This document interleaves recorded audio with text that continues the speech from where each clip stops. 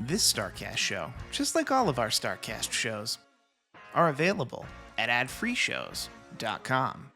You were in ECW for a bit before you headed over to WWF. Everybody talks about ECW as such glowing memories.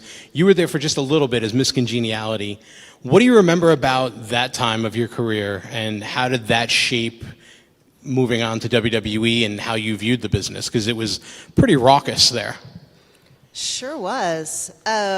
So I think up until I broke my neck in 2002, I had what I refer to as kid power.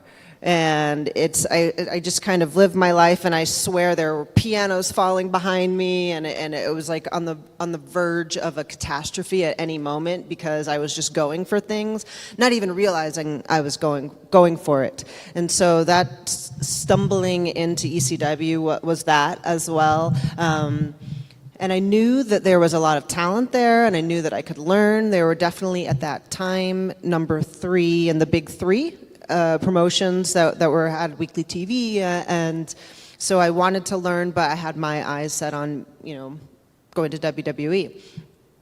So I just kind of stayed quiet, but not too quiet, because it's like trying to follow all of these rules that are in our bubble and still learn. And yeah, I definitely did, but it was a blink and you miss it, because they had just gotten a TV deal on TNN at the time, and so I was on a few episodes of that, and then a bunch of the house shows at that time for about 5-6 months.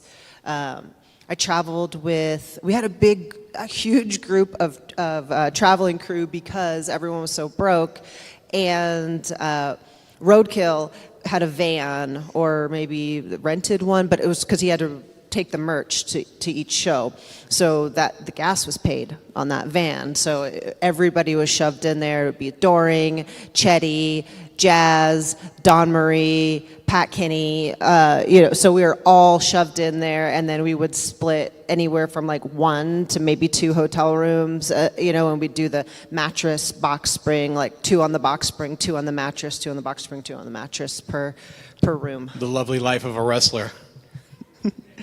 So, but yeah, I mean, I definitely learned a lot, but it was intimidating. And I remember when I first started, I think Sandman and New Jack both were not there for just a minute, and so I already was there. But then when they came back, and I was New Girl, that was my name there to them, was New Girl, and it was just trying to kind of stay out of trouble and stay out of getting them annoyed, because I had no idea what would happen if you were on their bad side, and I didn't want to find out. Just trying to navigate the labyrinth of insanity, basically, and stay out of the way? Yeah, the one thing I do remember is that you'd have to carry your bag around for so long, because you had to make sure you said hello to every single person, before upon entering, and that in and of itself is not a bad tradition to have. Like, make sure you greet all of your coworkers that you will be giving your bodies to throughout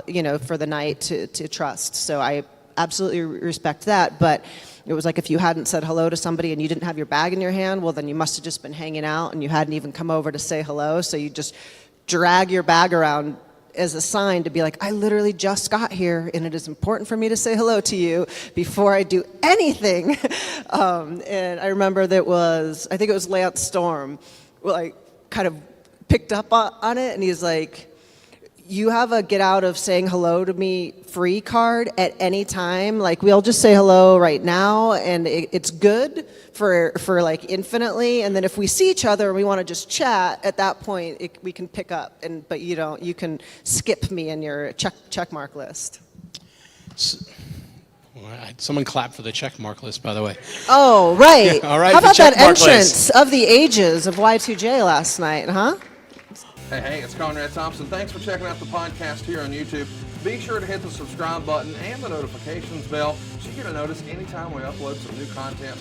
And go save yourself some money right now. If you're in a 30-year loan or you have credit card debt, it's not a matter of if I can save you money. It's a matter of how much. Find out right now for free at SaveWithConrad.com.